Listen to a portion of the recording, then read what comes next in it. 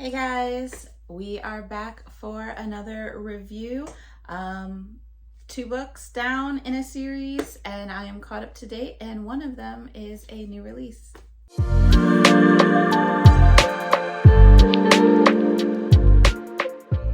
Hey guys, if you're new, welcome to the Book Path. I'm Nicole, and if this isn't your first rodeo, thanks for sticking around. So basically, I was given another arc by an author for a book that was newly released this month, and that book was Haunted by Jillian Rink. And as far as I know, when I look it up on Goodreads and Amazon, it looks like it came out in January, like early January, January 9th, I believe. And the author wanted reviews in this month, so I definitely wanted to get it done this month. Sadly, it's cutting it close, but we are done. I did finish it. And what took me so long is that Haunted is actually the second book in the Amplifier Chronicles. And I hadn't read the first one, so I went and I picked up the first book, which was Hidden, and read that first before I went to Haunted, so that I could give you a little bit more of a clear-cut picture on what this series is about and what my thoughts were on it. So let's get into it. First and foremost, let's start off with obviously Hidden, because that was the first one. This was not the arc that I got, but it was available on Kindle Unlimited, so I went and picked it up. And basically what you have is you have this young woman who, named Addison, who you meet her, and she is living on her own, kind of in seclusion, in a cabin in, I think, Montana, with her young, I think he's 18-month-old baby boy. And three men show up at her house. You find out soon enough that these are shifters. They are wolf shifters, and that they are from the old pack that Addison used to belong to. You find out there was a huge massacre, and everybody thought everybody else was deceased. And then they picked up on Addison being alive, and they came to track her down. They did not know that she had been pregnant at the time of the massacre, so it's kind of a discovery to find this young boy who has basically inherited the ley line power of his father, who was the former alpha. And so now you have this little 18-month-old baby who is carrying this magic in his body for the remainder of his pack. And so there's kind of a race against time to get the baby boy back to the pack ley lines, because it is the ley lines around the world that kind of shape where the packs go and supply each pack with a set of like magic. And so when you are away from your ley lines, you can get sick, you don't shift, or for a young child, it makes it very, very hard to shift, and it can be painful. So there is kind of a race against time to get him back to the ley lines and back to his pack land, so that he can go through his first shift and be safe. This gets kind of complicated when you find out at first, I'm not gonna lie, Addison, or Addie, was not really, I wasn't really liking her. She was very timid, very withdrawn, very skittish. And then you start to find out that, like, instead of it just being her coming away from this massacre and from her having this rather abusive,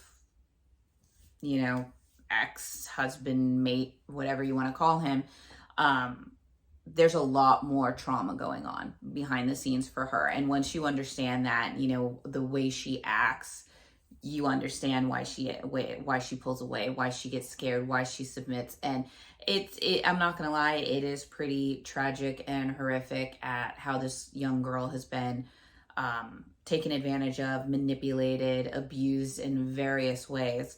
And you come to find out she has something called an amplifier, who has basically, the way that you have this world is you have the shifters, you have the amplifiers, and you have others. Now, others are kind of like the higher ups. They have, they serve on like a council, and they have higher magical powers than the shifters. The shifters get their magic from the ley lines. The others can move. I think it's the others can move around between the ley lines. They're able to adjust the magic differently. And then you have amplifiers who basically they have their own magic that's not from the ley lines, and so they can be used to boost others' magic or boost shifter magic, or like if they link to a pack, they can it alters the magical dynamic in the pack. So she's very rare, and usually you find out that the amplifiers are kind of revered and treated with respect, and that was not her experience at all. Like I said, it's really tragic what happens with her. But you find out that these three men from her previous pack are actually all her fated mates, and that is because the amplifier has so much magical energy that to share the magic with just one mate is, it's too much. So she usually has a triangle or three men in her life that she mates with that are able to help stabilize her magic, and she's able to, be neutral, I guess, if you want to call it.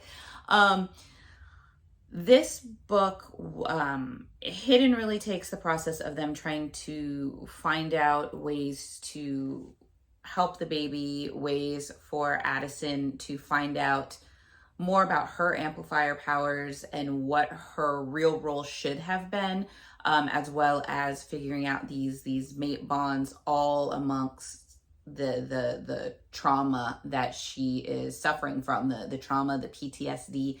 I mean, it's a lot. Like, that is really the main plot point of the story is the trauma. And it was good. Like, I loved the relationship because that is, like I said, it's really the focus of the story seems to be more character driven with these relationships with these men trying to help Addison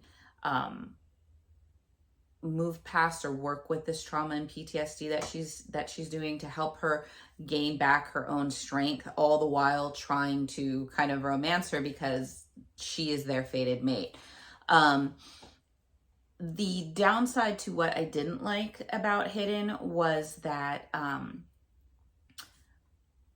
like I said, until I understood what really was going on with Addison, like I felt she was kind of like a more weaker, skittish character that I wasn't a huge fan of. And by the end, I cared about her because it was just horrific what she went through, but she wasn't what was driving the story for me. It was really these three men. I loved their personalities. I loved that you could see the struggle in them, for they didn't know how to interact with her, and the cautiousness involved, and just trying to build a relationship with somebody who has gone through a lot. So that was something that I really enjoyed on the story. I felt that was just really raw and real. The other thing that to now I still am kind of at odds with it is, why was it taking so long to get this baby back to where it needed to be? Because the whole time this is going on, they're having to remove magic from this child through spells, through blood magic, basically. So there is also that, because it does involve, some cutting and things. And I just think, maybe it's because me as a mom, I'm like, I don't care whatever trauma I've been through. Of course, I haven't been through what she has. So, I mean, this is, take it with a grain of salt. But if my kids were suffering, I don't care what happens to me. I don't care what I got to go through. I'm going to get my kid to wherever they need to be as soon as possible and figure everything out afterwards. Because the only thing to me is just getting my baby, where he needs to be, where my babies need to be safe. So I'm like, so for me, that was a conflict. I think that was just more of a personal conflict for me, because I do understand what they find out in their delaying of getting back to their packlands. And I know a lot of the delay also has to deal with the trauma that Addie's going through. It's like, you don't want to bring somebody who is suffering from PTSD and abuse and trauma back to like the site of the crime, so to speak, because God only knows what that would do. So I understood the need for it, but it was just that little nagging part of me that was like, it was my kid, I don't care. I'm like, I will suffer. I would go back. I will do what I got to do. But it was good. I mean, I did end up giving it 4 stars. And then I went on to Haunted, which was the arc that I received. And that's the one that came out January 9th.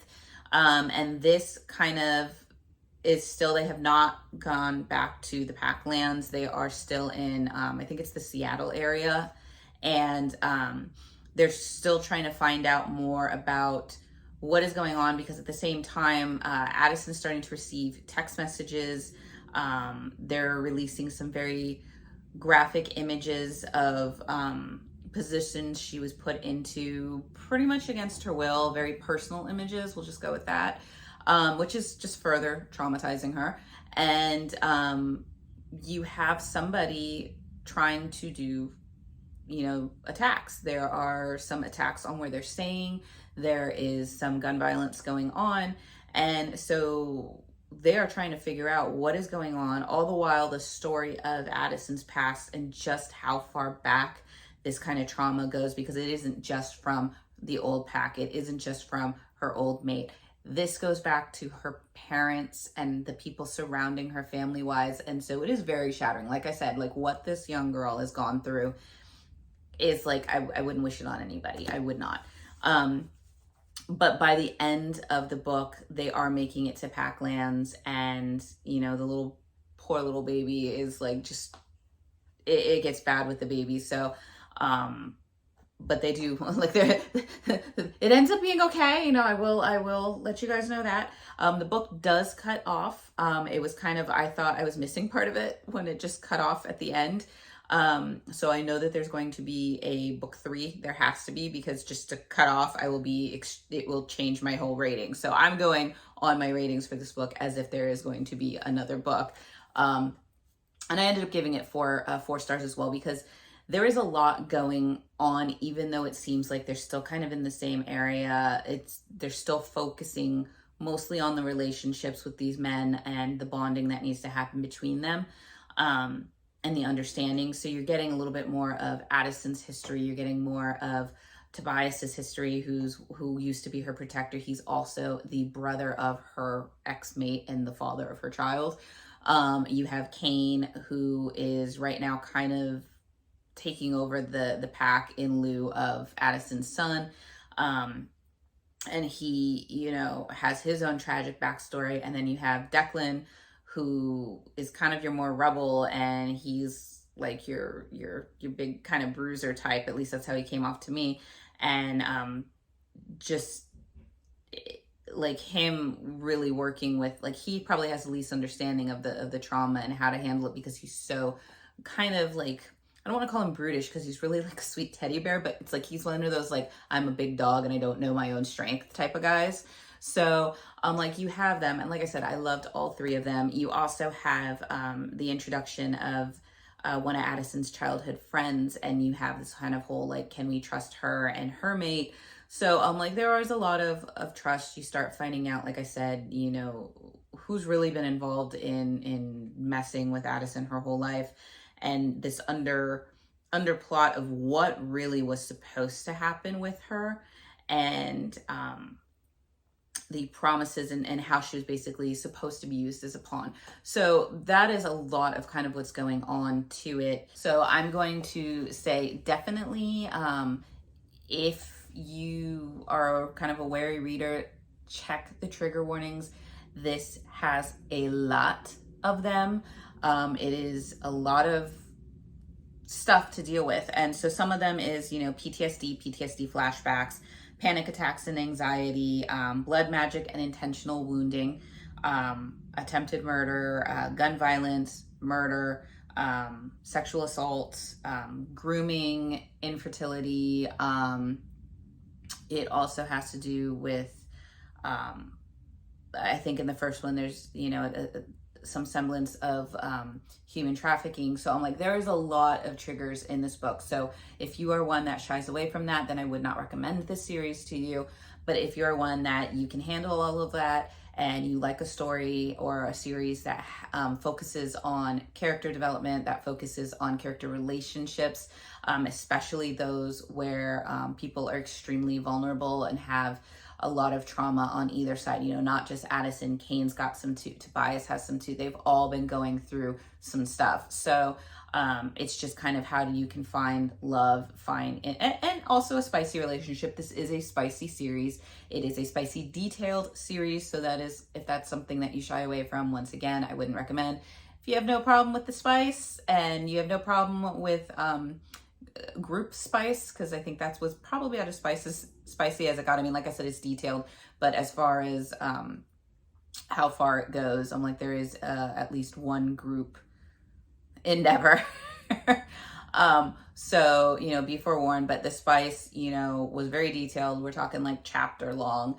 But what I liked about mixed in with the spice, even though it was spicy, there was that undercurrent, if you will, of the emotions of working with somebody who has been through, like I said, sexual abuse and assault. How do you, as the woman, how do you allow yourself to be loved again physically?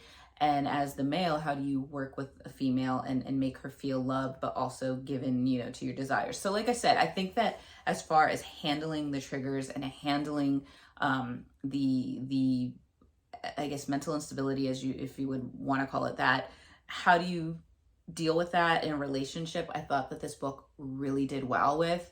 And I will finish the series. I will finish the series because I am hoping for, let's just say I'm hoping that if there is a third book, if that's the final book, that it won't just leave off and this won't just be the story of her kind of coming back to be in relationships again. I mean, I would get it if it is, but I'm really, really hoping that, you know, all hell breaks loose. She claims her power and they get back at the people who have messed with them and messed with her. Like, I am just wanting that revenge for her so bad. So we shall see, because I will be keeping an eye out for the next book.